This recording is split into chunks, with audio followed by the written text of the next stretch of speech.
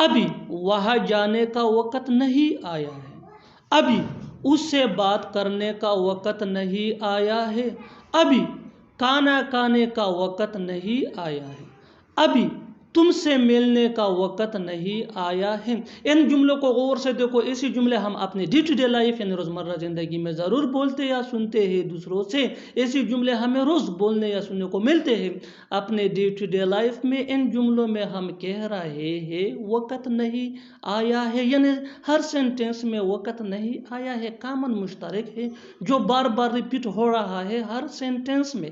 اس کے لیے آپ کو یوز کرنا ہوگا انگلش میں it's not the time to, it's not the time to مین وقت نہیں آیا ہے۔ آئیے کمپلیٹ سٹرکچر دیکھتے ہیں، لیٹ می ایکسپلین۔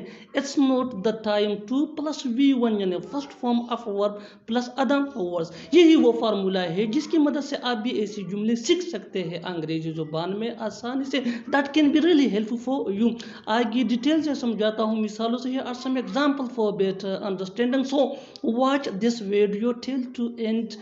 ابھی وہاں جانے کا وقت نہیں آیا ہے، it's not the time to go there، it's not the time to go there۔ it's یہ it is کا شارٹ فارم ہے۔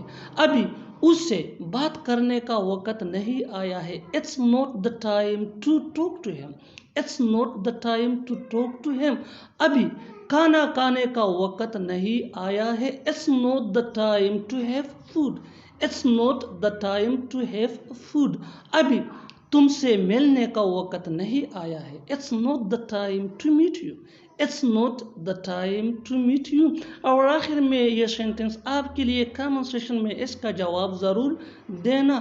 ابھی بولنے کا وقت نہیں آیا ہے، ابھی بولنے کا وقت نہیں آیا ہے۔ Subscribe to English PS for more advanced English sentence structure۔ Thanks man۔